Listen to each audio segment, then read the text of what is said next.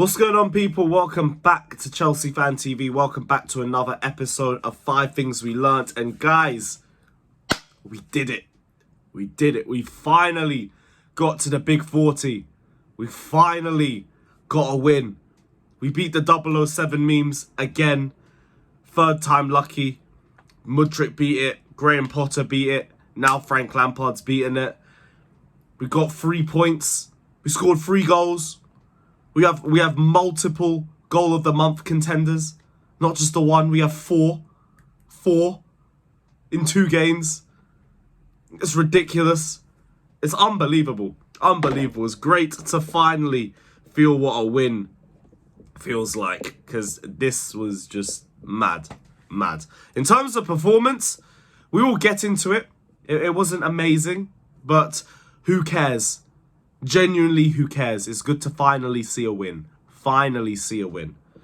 Big up everybody that's locked in though. Like, subscribe. This is 5 Things We Learnt, the show where we usually go through all the latest topics of the most recent Chelsea L. But there's no L today. We've got a W. We've got a W to finally talk about. I couldn't even get that right. I'm not used to this. But yeah, we got a dub, people. We got a W. Yeah, it was great to see 3 goals. Good to see some resilience from Chelsea. In terms of performance, it wasn't great. Wasn't great. Until it got to 2-1, I think we were very shaky. Got a good goal from Kante to Gallagher. But after that, Bournemouth were killing us. Some of their patterns of play were unbelievable, and they were just walking through our midfield and our defence. First goal is a perfect example of that. Perfect example. For me, though, it was more about just trying to keep a level head throughout all of it, because there was opportunities for Bournemouth to kill the game off. They missed a chance from about 2 or 3 yards out. What else? They had a potential penalty decision, which I'm hearing kind of was a penalty, which we might have got away with, and I will take that. I will take that and run with it. Yeah. And then Badiashile, the hero, the rabid Wolverine himself, comes out and saves us. And yeah, at that point, it looks like we could potentially hold it. João Felix comes in, kills the game off, which what I think is his first touch. And 3-1, it ends to Chelsea. 40 points has been attained. We are guaranteed survival and entry into the Premier League for another season. It's brilliant. It's brilliant. This is exactly what we needed. Some sort of motivational performance. Because I still don't think we win another game from now till the end of the season. Forest will be difficult, and the last 3 of the season is City, United and Newcastle. LLL. And that's fine. I understand it. All I wanted was 40 points. You know how long I've been waiting for this? I don't care what happens now. I am mentally signed out. I am finished. My hands are washed. I am done. I don't care. I don't care. I am done. But yeah, it's good to see a win, people. Let me know your thoughts in the comment section below. Don't forget to like and subscribe if you haven't done so already. And yeah, my first point, Badiashile. Where has this guy been? Why have we not been playing him?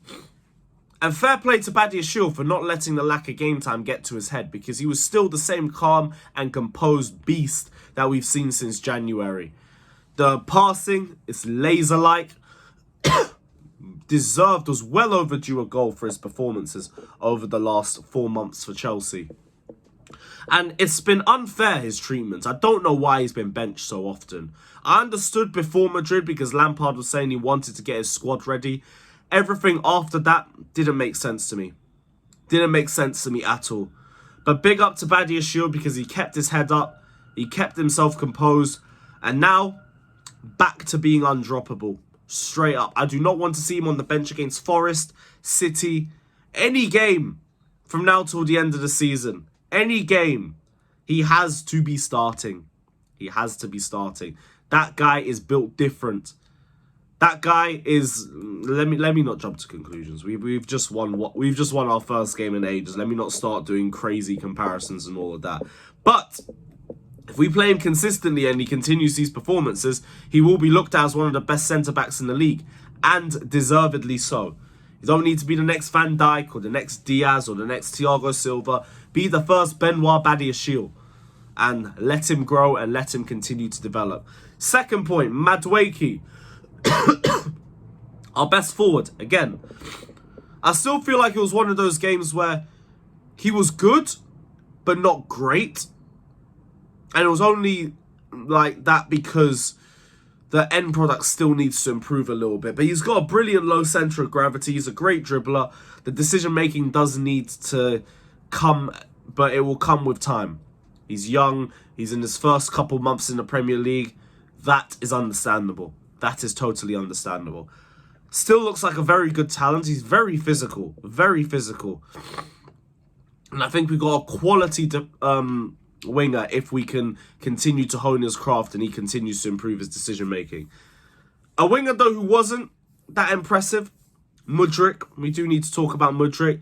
He made it very, very easy for the right-back to deal with him yesterday. Touch let him down. I felt the decision-making wasn't really there either.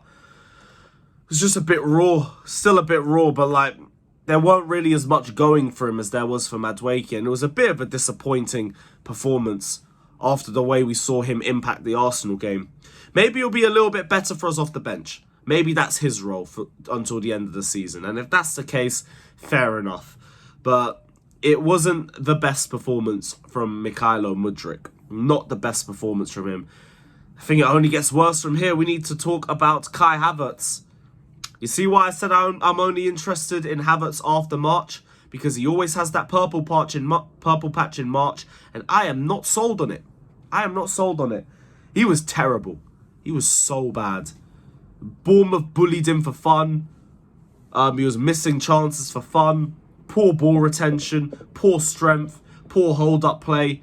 Everything was off. Everything was off and it stunk. It stunk so bad. It was awful. Awful, bro. And like, I don't know who you play up top.